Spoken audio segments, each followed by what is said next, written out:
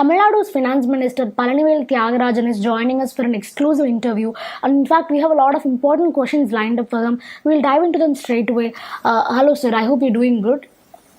So I would like to start with the center-state relationship. It's been almost 1 year since the DMK government came to power. So how do you see the relationship is going on between the government of Tamil Nadu and the center so far? For any country of this size or any economy of this size, we are a unduly centralized constitution at the outset. Right? And there was a historic reason for it. They were creating a country where there had never been a country. So they want to empower. But even in the constitution they wrote India is a union of states. And that the two levels of government are parallel, not one above and below the other. But in effect, a lot of the powers were left with the union. It has become much more so in the last 8 years, with the union government effectively, both constitutionally and extra-constitutionally in many ways, grabbing power from the states. This is in direct contrast, 180 degrees opposite, night and day, black and white opposite to the views expressed by now Honorable Prime Minister Shri Modi when he was Honorable Chief Minister of Gujarat. Everything he said then, it's exactly the opposite that he's doing now.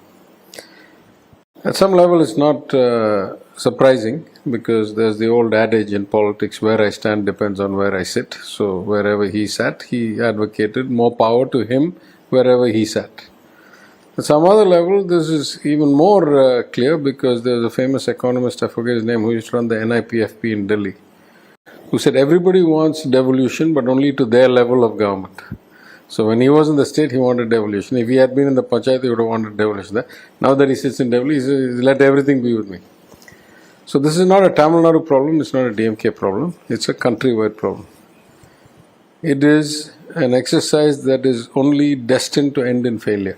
Do you think the BJP ruled states and the non-BJP ruled states, both of them, are treated equally when it comes to shared revenues and fund allocations? I don't think there's any politics in that. I think there are politics in other ways, in the way they appoint governors and the way they do things. Of course, the allocations are based on mathematical formulae and using the Finance Commission's recommendations. So I don't want to inject politics into that. I will ask a fundamental question. If all states' rights are being eaten away, are being captured, are being forced taken, how is it that only the non-BJP states are protesting it? What has happened to the BJP state chief ministers and administrations? Have they sacrificed the interests of their people and their states at the altar of party loyalty? That's really the question. And the answer is very obviously yes. After a recently held COVID meeting, Prime Minister Narendra Modi particularly mentioned the names of non-BJP ruled states, including Tamil Nadu, and asked them to reduce VAT on fuel prices. In fact, he told that these states should reduce the VAT on fuel prices for the benefit of their people. So how do you see this particular act from the Prime Minister? Tamil Nadu cut the prices before the union government did. When he says Tamil Nadu didn't cut, what does that mean? Cut the taxes. Second, now the highest charging state in India is Madhya Pradesh. Who rules Madhya Pradesh? BJP, right? How come he didn't notice that BJP had not cut? Third, nowhere in the constitution does it say just because the union cuts, the state should cut. There's not one synchronized policy, right? It's supposed to be each elected government does what's right in its understanding. Fourth, the union government under the same Prime Minister raised the petrol and diesel excise and then cess and surcharge threefold and tenfold. At that time, even our predecessors, the ADMK, who were in office for 7 years before us, when the overlap with the BJP government, only raised it about 50 or 60%. How is it fair that when you raise it 10 times, you don't call us, you don't ask us, you don't synchronize with us, you don't take an input, you don't take anything? Our predecessors only raised it half or 2/3. Then when you cut, who made you the arbitrator of all that is good and fair, that we have to cut just because you cut? When you rise by yourself. When you cut, you say, you also cut with me. How does it make any sense? It's completely, like, it is so meaningless that it's almost not worth discussing. You've been consistently urging the central government to merge cesses and surcharges with the basic rates of tax. Do you think it's against cooperative federalism that the central government is not doing it, and are states actually losing revenue because of it? Of course, it's against to go from 6 or 7% of all revenues coming in cess and surcharge to over 20%. The fundamental problem with this union government is it thinks it knows everything, it thinks it should do everything, it thinks it can run everything and control everybody. Of course, that's just wrong. I mean, even a basic analysis says it's not doable. But because they keep running elections, they keep thinking that election mandate equals good administration. It's not. So this will end badly. Keep the interview. One day this will end badly because you keep on increasing authority and money and keep on giving less and less outcomes. And you're doomed to give less outcomes. Why are you doomed? Because there's no way without democracy, without discussion, without input, without execution devolved down to the local bodies and the states, you cannot succeed. It is written black and white. Finance Minister Nirmala Sitharaman, during a recent visit to Tamil Nadu, has told that accusations of centre not giving enough shares to the state of Tamil Nadu is arising because there is no understanding of the taxation principle. So, how do you see this particular comment from the Finance Minister herself? Yeah, that's not what I read about her statement. I think if she had said that, I don't think she means that, because if there's anybody who doesn't understand the taxation principles, it's the union government, right? Its revenues from regressive indirect taxes have gone up, and its revenues from progressive direct taxes, that means fare that I take from those who can afford to pay, have gone down by 7 or 8% in the 8 years they've been in power. Clearly, that is a rich man's suit boot sarkar, as somebody said. It is intended to support rich people and against poor and middle class people. So if there's anybody who doesn't understand tax policy or doesn't have a heartfelt tax policy, it is whichever government, and I'm not even saying this finance minister, this was done previous finance ministers also. In the last 8 years, there have been 3 or 4 finance ministers. But the reverse is what she said. I read, maybe, and again, all the press reports many things, so I don't want to comment. But I agree with one thing she said, that GST dues or payments are not only to Tamil Nadu, they're across all states. I agree. And she said something about bringing petrol, diesel into GST, but I'm not sure exactly what she said, so I won't comment on that. But I didn't know she came till after she came. I didn't know she was coming. And I didn't realize she was staying that long, because otherwise I would have tried to just meet her. Just a courtesy visit, that's all. But by the time I realized she had come and gone. So, you would have liked to meet her? Just a courtesy visit. She come to Chennai, that's all. Yeah. In fact, the Finance Minister Nirmala Sitharaman, she also told that the people of Tamil Nadu should vote for BJP if they want their problems to be solved. So as a DMK MLA and as a minister from the DMK cabinet, how do you see this comment? Yeah, I mean, she's entitled to her view.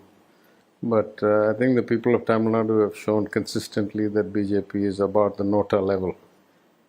It'll stay there. The people of Tamil Nadu have relatively high education, relatively emotional connect of all, harmonious communities.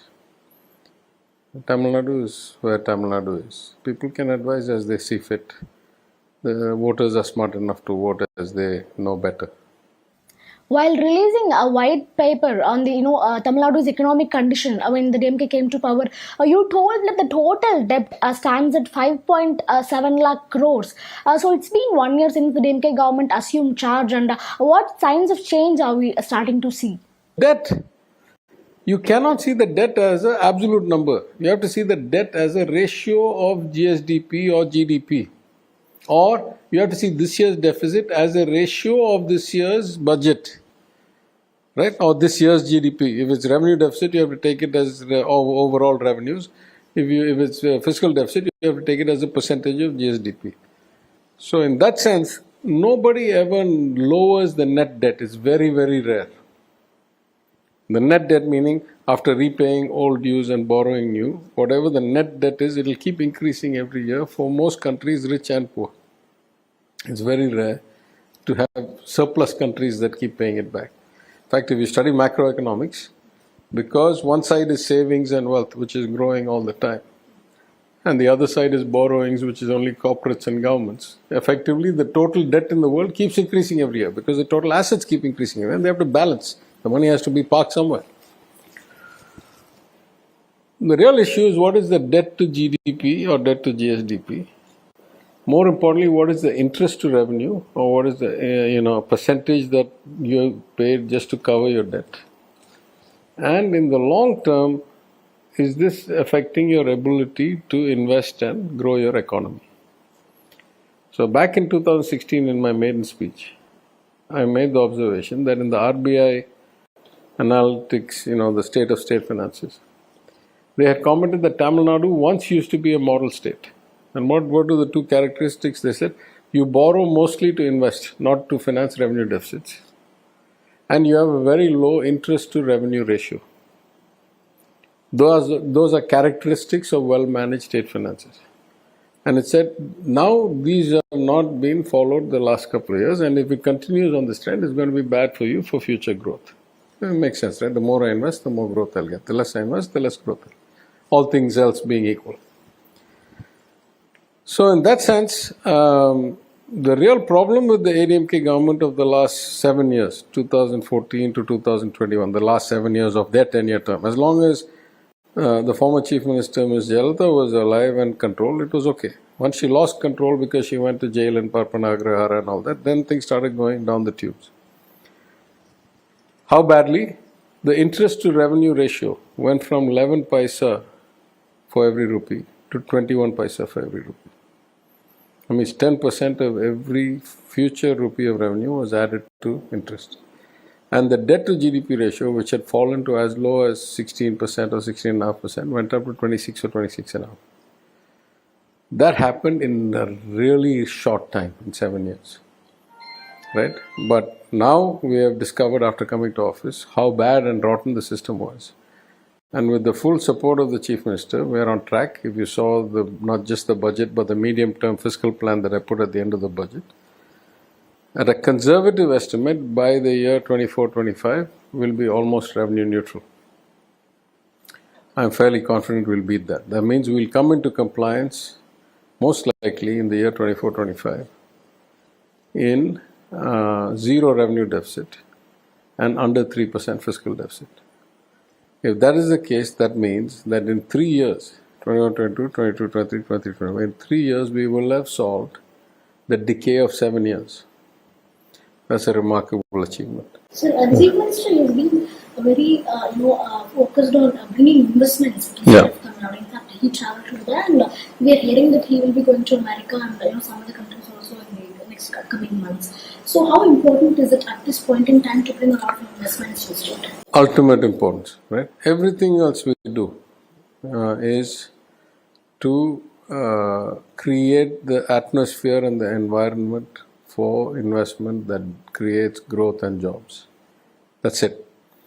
The Chief Minister takes the lead and tries to attract, and we build a platform that the Chief Minister can be proud to show off and say, look, we are a stable, we always were a high per capita income, high education, high English-speaking workforce, high connectivity, better infrastructure, more coastline, better undersea cable connectivity for internet. We already had all those things. Now we can show good administration and state finances under control. Why is it important that state finances should be under control for an investor? Because that gives them the confidence that we are not going to be shaky, we ourselves are not going to be at the whims and fancies of the market, and we will not be crowding out borrowing opportunities for private entrepreneurs because the state itself needs to suck in so much extra borrowing every year. So it's important that we provide that stability and that professionalism and those results. Certain political commentators, they've been telling that DMK has made promises such as the old pension scheme thing and providing 1,000 rupees to the housewives. So they're telling that these kind of schemes are not implementable, and they're telling that the DMK has made fake promises. So as a finance minister, do you see these schemes being implemented in the future? Can we expect these schemes to be implemented? How is the financial condition as far as these schemes are concerned, and why are they to be implemented? Yeah, listen, the Chief Minister tells us what to do and we try to do it to the best of our ability. He has been very clear about his views and that we are all working towards that. I am 100% comfortable that we will be able to do the 1,000 rupees not to every person, but to every deserving person. Like my family doesn't deserve it. I don't think your family deserves to get. You have a decent job, and so why should we really worry about giving you 1,000 rupees extra a month? But to every person whose life is meaningfully affected and the social justice value of that payment is high, then we want to do that, right? It is slightly different. Let me put it another way. When CM announced and committed the 4,000 rupees per ration card, our data suggests that a lot of it, like hundreds of crores of it, went to people who really didn't need the money because they had never bought a ration product before in their lives, never after. They just came for the money. So either it's completely fake, or well-to-do people who don't need subsidy don't need the 4,000. But we don't mind that because it was creating stimulus during a downturn in the economy. But we do mind if we end up paying, subsistence money or slightly, life improvement money to people whose life it doesn't improve, right? If you're above 5 lakhs, why should you get another 1,000 or 12,000? You know what I mean? So I don't know. There's some number, there's some approach, there's some methodology. But within the realms of whatever the broader decision is made about where the kind of eligibility is, surely some people are not eligible, right? My family is not eligible. My wife should not be eligible. So once we do that, I'm 100% comfortable we'll get that done. The problem with the pension that I mentioned in the assembly, first of all, it was a bit disappointing to me that people that I thought were senior political leaders started making statements and giving press conferences that were like completely random, like obtuse, right? Like brainless. I didn't say anywhere in the assembly that anything about money or cost or feasibility or anything. They start giving press statements. He says, oh, it's not feasible because of money. And I never said anything. 100% of the newspapers reported it accurately. Only a couple of magazines and TV channels that wanted to twist the story put out all kinds of fake news that I had not said. And then senior party leaders start issuing statements, both coalition and opposition, and giving press conference based on fake news. Right? I mean, it's disheartening at some level. The only point I made, which I'll make again, is that this notion that you can convert what is a defined contribution pension, which is the system since 2004 in all states, back into a defined benefit pension, which is the old system before 2003, has a serious legal problem. Serious legal problem. Because a defined benefit pension has no asset in any individual's name. It just has a claim that every individual has against the future cash flows of the government of Tamil Nadu, because we are not accruing anything for it. We are a cash accounting entity. Government of India, Government of Tamil Nadu, Government of Karnataka, everybody. So whatever liability is for the government to pay pensions in the future, 50% of your final salary, all that stuff, is only on paper liability. There's no asset against it, right? It's just a liability. And that liability is subject to all kinds of risk. Should you get dismissed for corruption, you can have a pension with that. Should you have, a serious case, murder or something. There's many ways that pension can be disqualified because it's just a liability, it's just a commitment. And that commitment comes with certain legal terms. It's not an open-ended commitment. Whereas if you go to a defined contribution pension, from the first day that any money is put into it, that is the employee's contribution up to 10% of their salary and the government's match up to whatever they put, this money is in what's called a segregated account. It's not just held in one pot. Your pension account is different than my pension account because we're putting in different amounts. Not all of us are putting in 10%. More than that, once it goes into a professionally managed system like the National Pension Scheme, NPS, which all states except West Bengal and Tamil Nadu are in, the employees get to pick which asset manager and within which asset manager, which actual bond class or which fund class they get to pick. So every single account will have a different amount of money at every point in time. Even if you put in the same amount, you'll have a different amount. And many people will not put in the same amount. So if I have, let's say, 10 million segregated accounts, in the case of Tamil Nadu, there are 6 million segregated accounts. There's a very high likelihood that if they were in the NPS, not even 10 of them would have the same number. Everyone would be different, right? Now, if all of a sudden you want to go back to defined benefit and you call the NPS and say, dissolve all these accounts, gather up all the money together and send it back to me. You see any legal problem with that? Of course there's a legal problem. It's like you have 10 lakhs, I have 30 lakhs. We both have to dissolve our account and it has to go to the state as revenue. And the state owes you and me equally after that. Why should I give up 30 lakhs for your 10 lakhs? You know, in English, it's called a perfected interest. That means even if you tomorrow get arrested for murder or dismissed for corruption or whatever, your account is your account. The government can never take it back. Not even 1 paisa. This is a huge legal problem. I only pointed out that. I never said about the cost. I never said about the timing. I never said about the, capability to fund. I never said anything about that. So I was, more than a little disappointed that random statements were issued by people who ought to know better, who ought to read. I mean, these days we broadcast, right? They could have, even if they couldn't read because of old age or something, they could have at least listened to the kind of speech to know that I never said anything about viability or timing or anything, right? Last but not the least, I want to talk to you about the language controversy, especially the Hindi imposition controversy that often erupts in the state of Tamil Nadu. I don't want to take names of any particular political leader or a particular political statement, but how do you see this Hindi imposition controversy that often erupts in Tamil Nadu, and what's your general view as far as language policies are concerned? Yeah, I mean, listen, I've already explained clearly why it makes no sense to have a 3-language formula. And most people agree that you must start with your mother tongue. So the real question is, should you stop with the second language? And if so, what is the second language? And I think it's been explained beyond any doubt that you clearly want a language that is easily, that adds value to your movement and communications and job around the world. And that's much more English than anything else.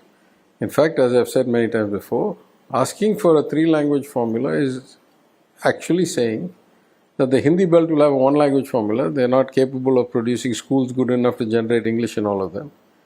And the rest of the country should have native for them, English to speak to the rest of the world, and Hindi to speak to the people who cannot learn English because they cannot afford a 2-language formula. So it's really 1-language formula for the Hindi belt and 3-language formula for all those who are not the Hindi belt, which is the periphery and so forth. How is that a fair outcome in a democracy? So again, these are all inane arguments, right? They're beyond, like anybody with half a sense of logic, this language issue, this, state should synchronize cuts, and these are not worth discussing. These are just distractions meant to take away from failing economic performance of the union government. So what will be the focus of the Tamil Nadu Finance Ministry for this current financial year? What are we going to work on? We expect fiscal federalism. We expect cutback of cess and surcharge. We expect, respectful and thoughtful consideration and input when we, treatment when we give input. We expect discussion and joint framing when they set up new schemes. And we expect consistency. They can't do this trick of, first year they'll say it's a centrally sponsored scheme, do 80% them, 20% us. Next year they'll say no, it's 50-50. Third year they'll say no, we give 20, you put 80. Fourth year they'll say we give 0, you do 100, but you have to continue the scheme because you already invested so much. This is like a kind of, death by 1,000 cuts, where they effectively dictate your budget using their seed money, right? Instead of that, we should all sit together and figure out what is the right way, and may vary state to state or whatever it is, right? So, just mutual respect, courtesy, consideration, and not trying to tread on the independence of states, who are equally validly elected by the people.